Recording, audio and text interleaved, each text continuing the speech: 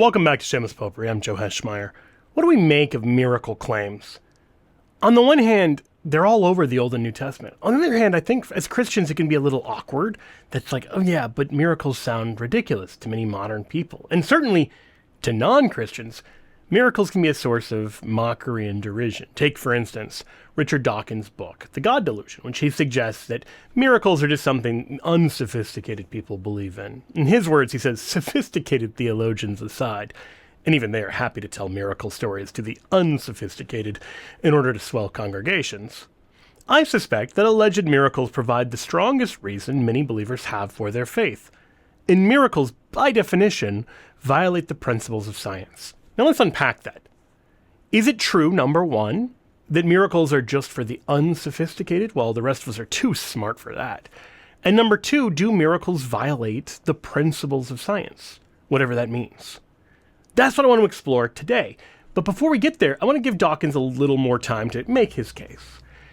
He claims the last king of the Belgians, Baudouin, is a candidate for sainthood because of his stand on abortion. That's an oversimplification, but neither here nor there. Earnest investigations are now going on to discover whether any miraculous cures can be attributed to prayers offered up to him since his death. I am not joking. That is the case, and it is typical of saint stories. I imagine the whole business is an embarrassment to more sophisticated circles within the church. Now, there's two things I want to point out here. Number one, this isn't an argument, it's a sneer. It's just like, surely you're not dumb enough to believe that, but it doesn't ever tell you why it's wrong or what's wrong with it, other than the demonstrably untrue claim that it violates the principles of science, which, again, he doesn't really defend or explain how it does that. But second, even in the story that he's telling, where people go looking for claims attributed to his intercession, notice that there's something like a scientific process going on there. Meaning, if you want to know, well, does this drug do anything good? Does it help? What do? You go looking to see what benefits is it claimed to have, and then the next step is you rigorously evaluate the purported positive effect. You do things like clinical trials. And as we're going to see, there's something remarkably similar that happens when it comes to miracles, which is to say, the whole process of approving miracles within the Catholic Church looks much more scientific than many people, Christian or non-Christian, realize. And for this, I would turn to the work of Dr. Jacqueline Duffin. Now, there's a couple things you should know about Dr. Duffin. Number one, maybe most importantly in some ways, she's an atheist. So she's not coming at this as some believer trying to vindicate the idea of miracles. Number two, she's well qualified as both a hematologist, like a blood doctor, but also as a medical historian, someone who's done a tremendous amount of academic work on the history of where different advances in science come from. And number three, she, unbeknownst to herself, played an important role in the confirmation of a miracle. So, long story short, in the mid-'80s, in her capacity as a hematologist, she was given bone marrow aspirates, and she was given them blind, meaning she doesn't know why she's been given them, and she's just asked to examine them. And she looks at the microscope and realizes there was severe acute leukemia that had a remission, and then a relapse, and then a remission again. And she assumes, naturally, that the person must be dead and that this is involving some kind of lawsuit, only to discover, to her surprise, that the person was alive and attributed their recovery to the intercession of Canada's first native-born saint. But you know what? I'm going to actually let Dr. Duffin give the story in her own words. Well, it began in my role as a blood doctor, a hematologist, when I was very young, and I was asked to read a set of bone marrows blind. And it turned out to be a case of very aggressive leukemia. And the patient clearly went into remission for a short period, then relapsed, and then went into remission again. So I imagined that it was for a lawsuit and that the patient must be dead because the type of leukemia she had was so aggressive, and I could tell from the slides that it was about 8 years earlier. And it turned out that she wasn't dead, and that this was the case that was used to be the final miracle in the cause for canonization of Canada's first saint. So scientifically, she sees this person should be dead, and then discovers to her surprise the woman isn't dead, and attributes her recovery to the intercession of now Saint Marie Marguerite de Youville. Now this leads Dr. Duffin on a really fascinating journey. She's invited to come to the canonization of this saint, and so she ends up in the Vatican. She gets to meet Pope John Paul II, And it leads to this brilliant kind of idea that she has to use this as a launching point to do the kind of research that she does. Now, here's what you need to know. As I mentioned, she's not just a hematologist. She was also at this time the Hanna Chair of the History of Medicine at Queen's University, a position that she held until 2017. She was also the president of the Canadian Society for the History of Medicine and the American Association for the History of Medicine, which means this is a woman who, in addition to being a medical doctor, has done a lot of academic work in the history of where medical advances come from. So she has this kind of light bulb moment. When she's inducted in the Canadian Medical Hall of Fame in 2019, she's described as a medical historian, a hematologist, an inspirational researcher, a teacher, and an advocate. And they laud her for the fact that she understands the role history plays in making sense of science. Like, how did we come to know the things that we know? And that she talks about this in her book, History of Medicine, a scandalously short introduction. So what is her brilliant insight? That she can access now the Vatican Secret Archive. She's well poised as someone who has not only met the Pope, has not only been to the Vatican, but has played this role in the canonization of a saint, despite not herself being a Christian at all. And she thinks, why don't I do a little research about where all of this stuff comes from? That is, she realizes that her own documents are in the Vatican Secret Archives because of the role that she played. Like her paperwork in terms of the hematology report that she does, looking at these slides, she realizes it's there. And then she starts to realize, like, oh, there's so many other aspects from earlier cases that would be here for centuries. Wouldn't it be great, as a historian and a doctor, to get your hands on this to see what does it look like? Why do, how do we come to this idea that different things were miracles as opposed to other things? And so she ends up making 3 research trips to the Vatican. She's given permission to go into the Vatican Secret Archives, and there's someone who works with her to bring her different files all the way up to 1922, files since then are sealed. We're not going to get into all the details, right? But she makes 3 research trips to the Vatican between 2001 and 2003, and she wants to know the following questions. Number 1, what proportion of the miracles worked through the intercessions of new saints were healings of physical illness? Because that's the kind of thing that she has the most background in. When we're talking about miracles, what do we mean by a miracle? Is this an actual physical cure, or is this something else? Number 2, what diseases were cured? Number 3, how many miracles, like mine, she says, meaning the one she looked at, entailed cutting-edge science and the testimony of skeptical, even atheist scientists like her? Finally, what was the experience of other doctors whose medical work led them to a liturgical encounter, as she calls it, and how did these things change through time? Now, the results of this, she ends up getting information on more than 600 miracles, pertaining to 333 different canonizations or beatifications. I'll explain that difference in a second. And so she gets, for every person canonized a saint, from the early 17th century up to when she's writing this, she has at least one miracle that was attributed to their intercession, and many beatifications as well. So she has a very thorough record. This is not a small sample size that she's working with. And she finds that in almost all the miracles, greater than 95%, we're looking at healings from physical illnesses. So this is the kind of thing that she's qualified to look at. And these are miracles from 36 different countries, 5 different continents, a bunch of different languages. Usually there's a Latin translation.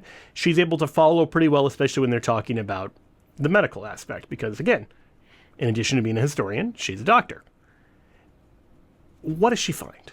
Number 1, she finds that the church is actually slow to accept purported miracles. This is not just a case of credulous and unsophisticated people believing just any report of a miracle that comes their way in order to swell the congregations. Quite the opposite. She finds, for instance, this is actually a slow and deliberate sort of process, and each stage of the process can take many years. Now, this is helpful just to understand kind of where we are in the whole story. You have what's called a cause of canonization. If somebody dies and seems to have led a holy, exemplary life, and people are, really looking up to them as a model Catholic, and wanting to imitate them, asking for their prayers and intercession, eventually you can open what's called the cause of their canonization. These days, you have to wait at least 5 years to open the cause. It used to be, until 1917, you had to wait 50 years. Now, that's going to weed out a lot of ordinary holy people. Meaning, oh, grandma died, we all loved grandma, wouldn't it be great to have her declared a saint? But if people aren't still looking to your grandma 50 years from now as this model of holiness, she may well be in heaven, but we're not going to take the time to confirm this using the whole process of canonization. That's reserved to people who are really looked up to and venerated in a broader kind of swath of the church. So the next step, if you open the cause of canonization, the person's named a servant of God, and then if scholarly biography is prepared, they look at all the paperwork, they really try to delve into, did this person lead a heroic life? They're looking for what's called heroic virtue. And if the church determines yes, they move on to the next stage. They're called a venerable. This is when the miracles come in. You've done the natural process by, this person has a popular acclaim, they're revered as holy, we've looked closely at their life, and they certainly seem to be holy. But now we have to really turn this over to God. And in order to be beatified, in order to go from being a venerable to a blessed, there has to be at least one miracle that's confirmed. After you become a blessed, another miracle is needed in order for you to be declared a saint. Now, even this is simplifying the process a little bit, and it's a different story if we're talking about martyrs, because they have kind of a different track to sainthood since they die for the faith. We're going to leave martyrs aside and just look at the non-martyr saints. What she realizes is that along the way, it isn't that the church is just trying to find miracles anywhere and is happy to confirm anything as a miracle. There's actually people who have the job of being what was then called devil's advocate. And this is a position that Cardinal Ratzinger actually occupied. And their role as devil's advocate is to argue maybe they're not a saint. Here are all the reasons we might doubt that. It is something like peer review. They're testing the robustness of the claim that, Joe Smith is a saint. They're looking for imperfections in the exemplary life. They're contesting the claims of the postulants, the people putting forward the cause for canonization. They're unmasking either deception or wishful thinking on the part of the person who claimed to have experienced a miracle. And they're identifying errors in medical judgment. Now, this is going to be really important, meaning you may claim there was a miracle, but if the church looks into it and says, you know what, maybe not, maybe the doctor just made a mistake, they're going to toss it. They're not going to consider that as an authentic miracle for the cause of canonization. So the role this plays is much less credulous and unsophisticated than people like Dawkins assume. It actually is much more rigorous of a process. That's the first thing she realizes. The second thing is that she realizes that these medical miracles rely upon cutting-edge technology. Now, obviously, what cutting-edge technology looks like varies by age, but she realizes that when a technology is introduced, we very quickly find it in the Vatican records. Meaning that when we're looking at these cases, they want to know, were the latest and greatest diagnostic techniques used? Like, for instance, the stethoscope, which is introduced very shortly after it was invented. And it's not just diagnostics. We're looking for cutting-edge therapeutic interventions as well. Meaning miraculously cured patients are going to be the ones that were treated with the best drugs available, or best surgery available, whatever the best kind of medical intervention is. And so we find sulfa being used by 1945. It had only been invented, I think, in the 1930s, or produced in the 1930s. We find penicillin by 1951, that sort of thing. So what we're looking at is not, the local witch doctor tried to rub some herbs together and it didn't work, and then the person recovered on their own and we're going to call it a miracle. It's not that at all. It's rather that scientists and doctors, using the latest and greatest diagnostic and therapeutic technologies, are doing everything they can for the person and not getting a result, but then through the intercession of some saint, they are getting a result. We'll get into that a little deeper in a moment here. But another thing she discovers is that many medical miracles, that's a tongue twister, followed unsuccessful surgeries and interventions. Meaning it's not just that the latest and greatest technology is used, it's that the latest and greatest technology is being used properly but not producing the good results. So she looks at a couple different concrete cases. For instance, a Spanish engineer named Antonio, he has surgery and transfusions in the 1980s, and not only does it not work, he actually goes into a coma. But he recovers from the coma through the intercession being made to Genevieve Torres Morales. So it's not, again, you maybe have this model that, these pious, holy people are unwilling to get good treatment because they just want to leave it up to God and leave it up to the intercession of the saints. And that's not what's happening. For them to be considered, they had to have gotten good medical care. Like if you break your leg and your leg just heals on its own and no doctor ever looks at it to determine it was even broken in the first place, we don't have a basis to determine if that was really a miracle or if it's just a normal recovery of a leg. But if you have a condition where a doctor can diagnose it and say, we can't do anything for this, or we've done everything we can and it's only making the issue worse, well, now we're in a situation where we can analyze an actual miracle claim. So in addition to Antonio, there's also the case of an American Jesuit who similarly, he's got coronary bypass surgery, a bunch of other things for a herniated disc, and it doesn't work. Instead, the intercession of the French Jesuit Claude de Colombier is attributed to his cure. So this is the kind of thing that we're looking for. And I hope that becomes really clear, that this is not just, this person was sick and then they got better. It's a much more involved process than that. As she puts it, a miracle story garners credibility when the patient's deteriorating condition defies best practice. In other words, the person is not getting worse because they didn't get the treatment they should have gotten. The person gets the treatment they should have gotten, whatever the best practice is of that day, and they're getting worse nevertheless.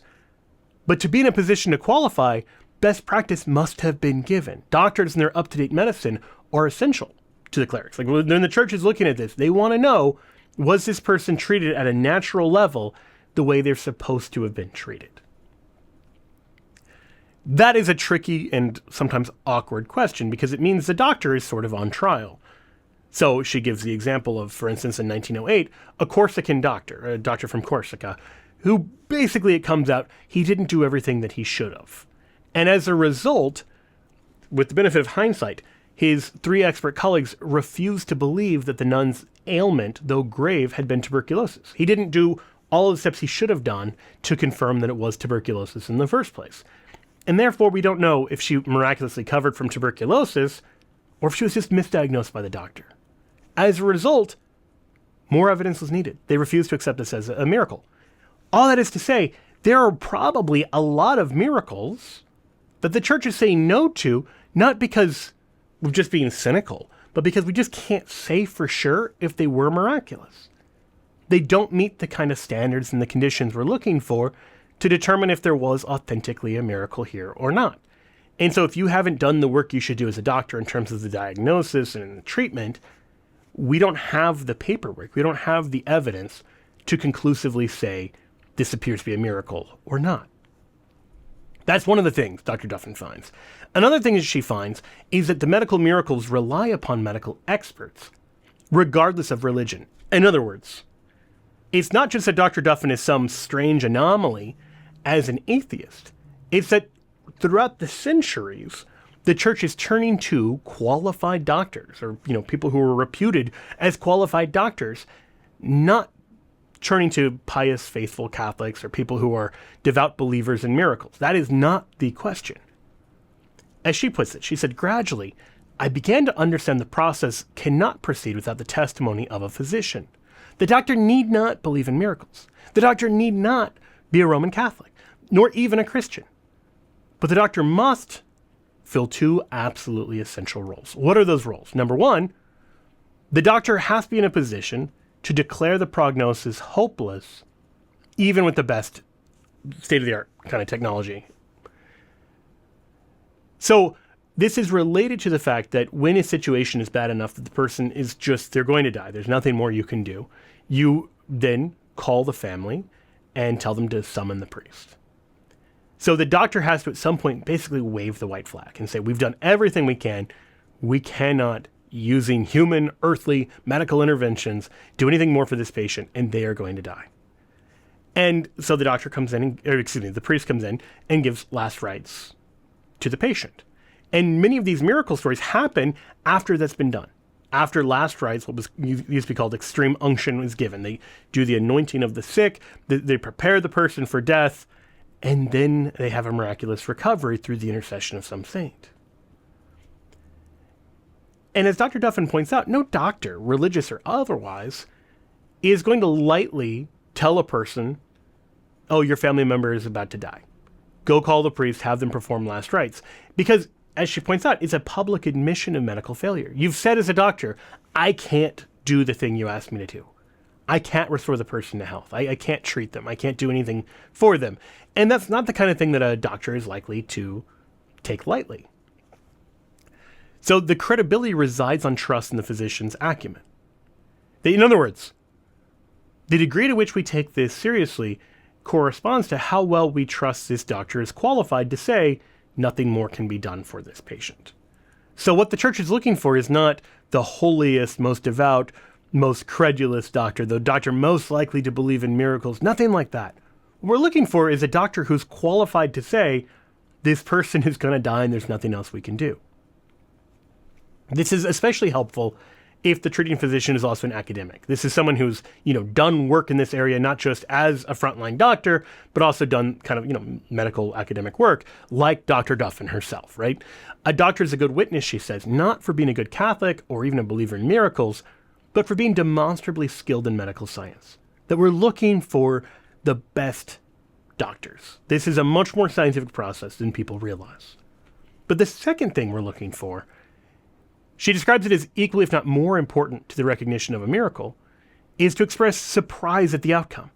Now, elsewhere she points out that even the word miracle comes from the word wonder or marvel. That it's not enough for this to just be a qualified doctor. The doctor has to be able to say, I don't know why this person recovered. And she says, here's the rub. Although the doctors must have used the best scientific medicine available, they can take no credit for the cure. In other words, a doctor who comes in there and says, this person was extremely sick, no one else in the world could have cured them, but I can cure them because I'm this incredible doctor. Okay, well, it sounds like it wasn't a miracle then. You're just a really good doctor. The doctor has to be able to come in and say, I did everything I could, it didn't work.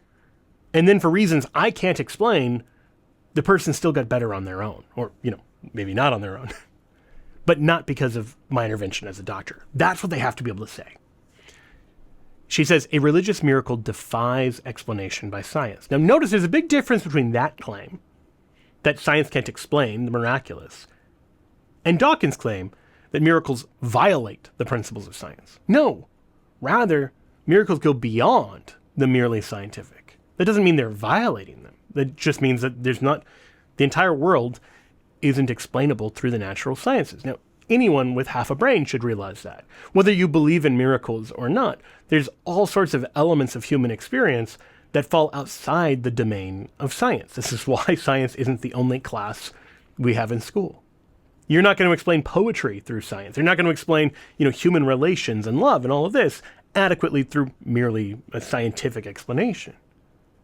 So when she says a miracle defies explanation by science, that is true, but it doesn't mean it violates the principles of science. Hopefully that distinction is really clear. It's one thing to say this goes beyond science. It's another thing to say it's anti-scientific, as Dawkins incorrectly says.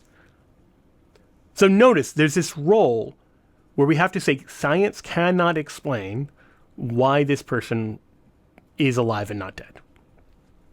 As she puts it, she says, traditionally arrogant, medicine must confess its ignorance. Now remember, she's saying this from the perspective of a medical expert and academic and a historian of medicine. In so many different languages, one after another of the treating physicians proclaim their wonder at the recovery of their patients. And then she quotes several of the kind of adjectives they use to describe their own surprise or marvel or wonder, stupefaction, incredulity, amazement at the fact the patient recovered. That this is what we're looking for.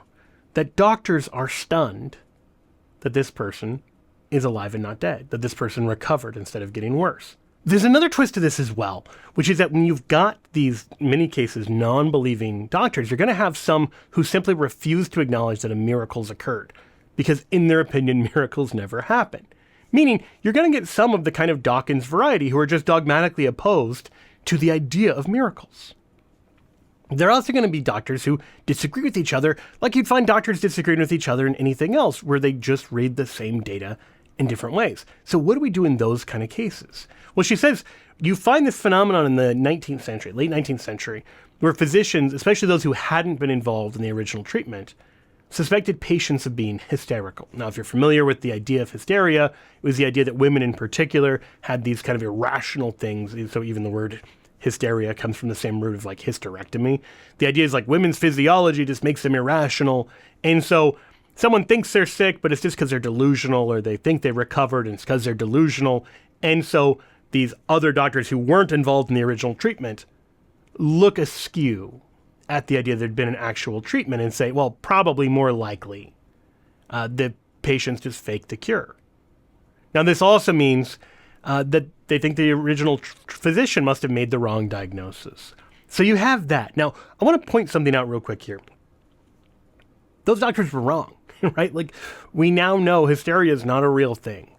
And so probably what was actually happening is people really had been sick and had recovered, and overly skeptical 19th century doctors simply refused to listen to patients and refused to believe even the treating physicians. All that's to say, what we find the church doing here is being even almost harsh in the treatment of these alleged miracles, where it's not just we'll believe any miracle claim that comes along, it's rather holding them up to this high standard that is sometimes irrationally high because the people involved refuse to believe in the very possibility of a miracle. As she says, when a miracle was laden with medical controversy, it rarely became the final miracle in a process. Disagreement among the doctors was sufficient to weaken the cause and lent credence to the rigorous doubts cast by the devil's advocate. Except on rare occasions, more evidence would be needed in order for the canonization to proceed. So even if, you got two groups of doctors, and one group is just irrationally opposed to the fact that this could be a miracle, and they're saying, no, the other group of doctors has misdiagnosed it, or they treated it wrong, or the person was just delusional, they're imagining it, they're hysterical. Even though we have good reason to believe that the more skeptical scholars are actually being a little irrational themselves in the way they're analyzing the evidence, the mere fact that there's controversy over whether or not the person really was sick, really did recover, etc., means that's enough to put an asterisk next to the alleged miracle, and we'll just put it on the shelf and not use that.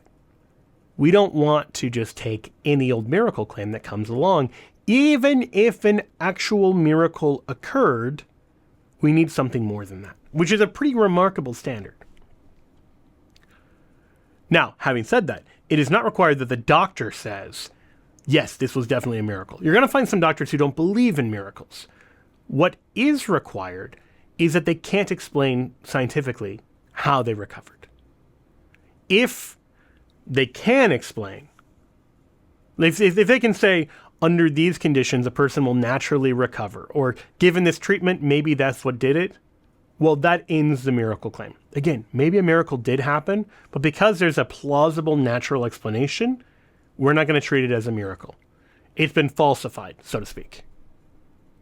Consequently, she says, doctors serve as essential witnesses from science, the polar opposite of religion. Now, I don't think science is the polar opposite of religion. I think even in this way, kind of working through this falsification, the church is treating miracles in an extremely scientific sort of way. Again, whether you believe in miracles or not, holding up the phenomenon saying this person claims it was a miraculous divine intervention, is there a natural explanation, is exactly the right question.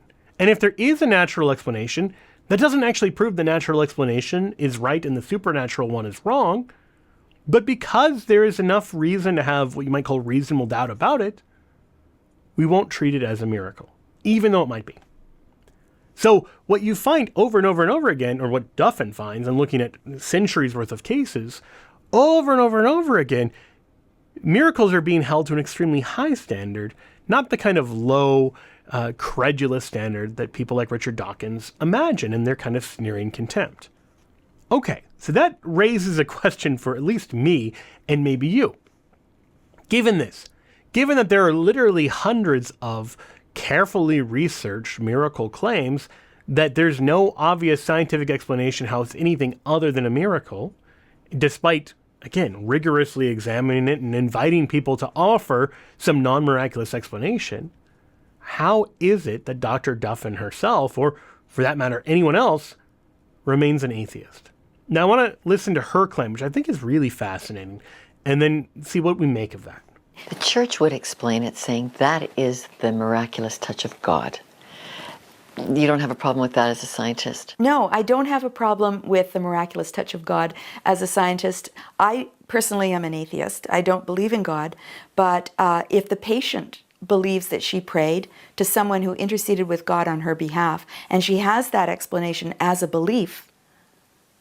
My belief that someday we might find a scientific explanation is no different in the sense that it is a belief. I find Dr. Duffin's thinking here really fascinating because she's saying a couple things. She's basically saying there's two ways of analyzing this evidence. One is saying, okay, this defies all scientific explanation, and therefore it does seem to be miraculous. It seems to be the touch of God. And the other is to say, well, we just don't have the science to figure it out yet, but someday we will. She leans towards the latter, but acknowledges that this is not, something that she knows. This is just a belief she has, apart from any kind of evidence. But I would actually push on that even a little further and say, well, I respect her humility in acknowledging that she's not scientifically showing this is actually just science. She's not saying there's actually a scientific explanation for all of this. She's holding out almost a belief of faith that maybe someday there will be. She should have reason to doubt that, meaning she's looked at things that are now centuries old. And it isn't as if coming at it as a modern 21st century doctor, she's saying, oh, well, these people in the 18th century thought these were miracles, but now I can see that none of these are miracles. She doesn't report anything like that. And so it does seem to be a little irrational to hold the belief that maybe in the 22nd century, all of this stuff will be explained away. At a certain point, the merely natural explanations haven't delivered on their promises, including the promise that even if they can't deliver today, they'll deliver tomorrow. It just hasn't happened. So at a certain point, to continue to hold on to that belief in spite of the evidence does appear to be irrational. And I want to say this. In the last episode I did on the demonic case for Catholicism, I pointed out that when it comes to supernatural claims or preternatural claims about ghosts and demons and exorcisms and everything else, the religious person is actually in the position of being the open-minded observer. They're willing to evaluate every claim. Because we believe these things are possible, but we don't believe every claim is true. So we have to evaluate case by case. Well, did this really happen? Or was this person delusional? Or are they lying? Or fill in the blank. Whereas the person who is an atheist materialist, who denies the spiritual realm, who denies that there really are ghosts or demons or exorcism, has prejudged every case coming down the line before they've ever happened. It would be like having a juror who says, I don't believe murder is a thing. I don't think anyone's ever actually so violent they would kill another human being. Well, they haven't heard the evidence of the case and have already come to a conclusion. That's prejudging in a strange kind of dogmatism. Well, likewise, the person who says, I don't believe in miracles, is prejudging every miracle claim before they hear it, no matter how much the evidence points to an apparent miracle. No matter how much science has no answer, and in fact, science can say this person will die. Dr. Duffin sees this is an aggressive form of leukemia. She's not unaware of aggressive leukemia as a hematologist. She knows what this means, and yet the person is alive and not dead. It's not just, this is a realm of science we don't know much about. It's no, we do know a lot about this, and we know the person should be dead and isn't. So I hope that's clear. Like, this is not like we're believing in miracles because we don't know anything about hematology. It's we believe in miracles because we know about hematology and know this person is alive and shouldn't be by any natural explanation. Nevertheless, you're going to find people who dogmatically hold that miracles are impossible. I'm reminded here of a pretty famous 1997 New York Review of Books essay by the atheist and evolutionary biologist, Richard Lewontin. He's reviewing a book by Carl Sagan. So both of them are scientists, both of them are atheists. And yet Lewontin still realizes that Sagan is being irrational in his anti-religious atheism, that he's being irrational in kind of his judgment of believers. In Lewontin's words, he says, what seems absurd depends on one's prejudice. Carl Sagan accepts, as I do, the duality of light, which is at the same time wave and particle. But he thinks the consubstantiality of Father, Son, and Holy Ghost puts the mystery of the Holy Trinity in deep trouble. Two's company, but three's a crowd. In other words, it's easy to scoff, it's easy to sneer at ridiculous-sounding religious claims, just as it's easy to scoff and sneer at ridiculous-sounding scientific claims. But that just shows your own prejudice. It doesn't actually show the truth or falsity of the thing. When you have people like Richard Dawkins just sneering at religion, he's not disproving these claims. He's just, yeah, sure, a lot of things sound silly if you take a very silly version of them and don't do any work to actually carefully analyze them. But it just shows your own biases and prejudices. It doesn't show the absurdity of the position itself.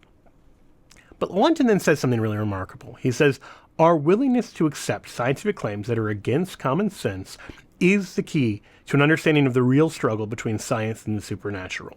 Now, as he's about to make clear, it's not that science and the supernatural can't coexist. It's not that science disproves the supernatural or the supernatural violates the principles of science. It's rather that the methodology of science can't discover the supernatural by definition, because the tools and methodology used don't work in analyzing the supernatural. The most you can say scientifically is there's no scientific explanation for X.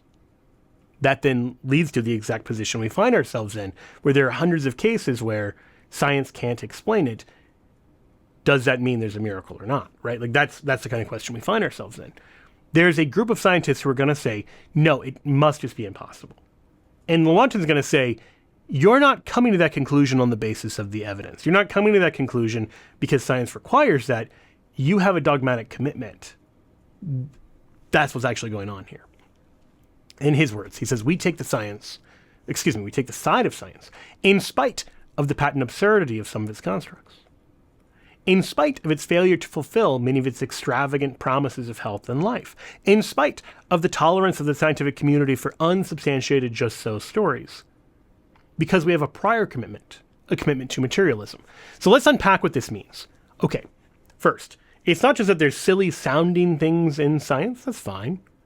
It's also that science has promised, this futuristic world that never quite comes. We don't have the flying cars. We don't have the kind of futuristic world 19th century futurists dreamed of. Those promises never quite materialize. We're constantly being told they're just around the corner. Likewise, we're constantly being told science will someday soon disprove religion. It'll someday soon disprove all these miracle claims. It'll someday soon do all these things that it never actually does. And yet there are people who still hold on to this. And what's more, the just so stories. Now, if you're not familiar, just so stories, Rudyard Kipling, 19th century. It's these kind of silly children's stories. How did the camel get its hump? It was like a horse, but he kept complaining about things and saying humph, humph, humph. And finally, he's cursed by having a hump. Now, what a just so story does is it explains the evidence, but it doesn't actually prove it. You can look at that. Like if you took the camel getting its hump and thought that literally happened, that would actually explain the scientific evidence. It would explain why camels have humps.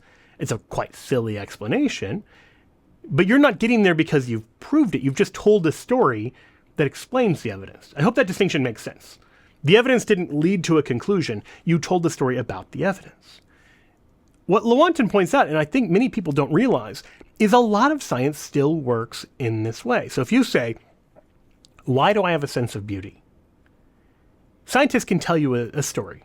Maybe you were evolved to have like pattern recognition, and then as a happy side effect, you happen to have a sense of awe and wonder at beauty in the world. It doesn't really make a ton of sense, but it sort of explains the evidence. But notice the evidence didn't prove that. It isn't as if they discovered some gene and said, aha, this gene proves this is how you ended up with a sense of wonder and beauty.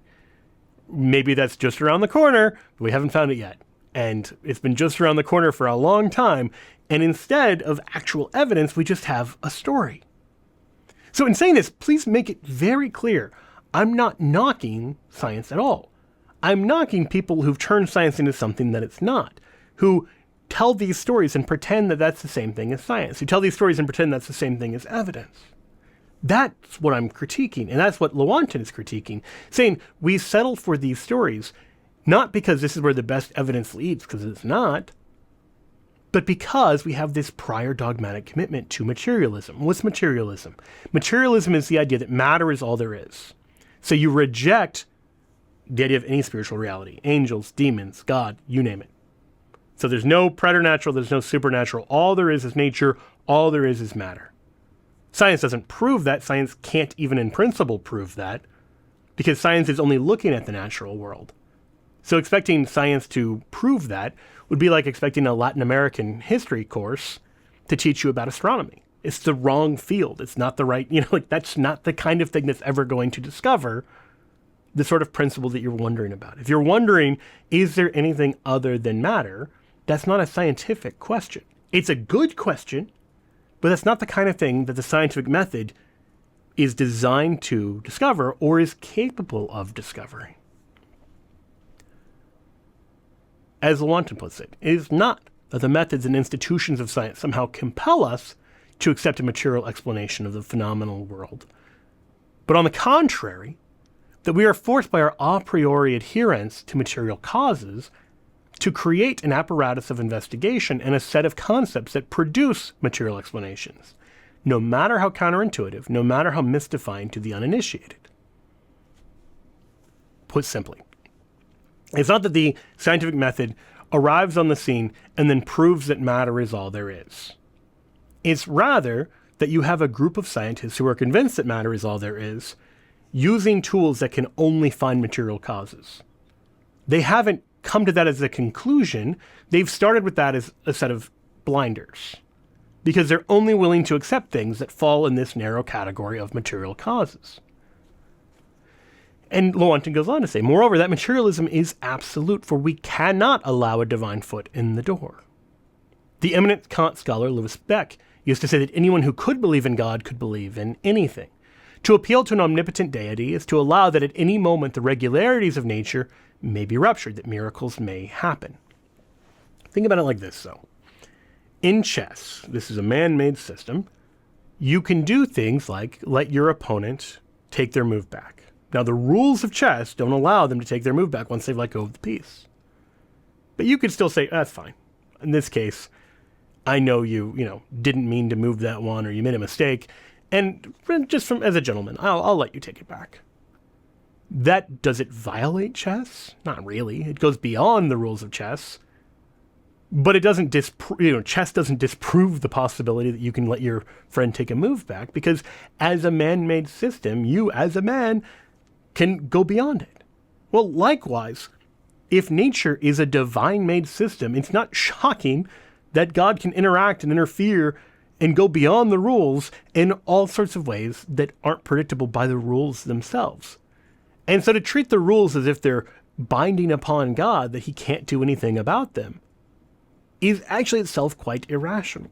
So I mention all this to say, in closing, from a scientific perspective, there are literally hundreds of carefully examined cases for which the best explanation is that there is an actual miracle, that there is no scientific explanation, and so your only conclusions are this was actually a miracle, or shrug the shoulders and say, we don't know, maybe there's something we don't know about yet. And you can always do that. No matter how good, if you had literally seen the resurrection and saw Jesus Christ rise from the dead, you can still shrug your shoulders and say, well, 99.0% of the time when people die, they don't come back from the dead, but maybe there's some condition we don't know about. You can literally always do that. But at a certain point, it's so patently irrational to deny the miraculous. This is not a case of just credulous, unsophisticated people coming to this conclusion. Credible, careful thinkers, sophisticated thinkers can say this kind of evidence cannot be explained by the science, by the natural explanations, by none of the tools we have in our modern arsenal can explain this. It appears, in terms of inference to the best evidence, inference to the best explanation, to be divine. So I offer that just to say, I think there is a strong miraculous case for Catholicism. I think we have abundant evidence to say miracles do exist, and Catholic saints, through their intercession, do produce miracles. That they pray for things and they really do happen in the world, and we have for centuries been able to document and observe carefully these things happening. Nevertheless, the nature of miracles is such that you can always ignore that evidence. You can always close your eyes to it. You can always say no to it. So that's the miraculous case for Catholicism in a nutshell, and why I would be hesitant of any kind of dogmatism that rejects the possibility of miracles out the gate. For Shameless Popery, I'm Joe Heschmeyer. God bless you.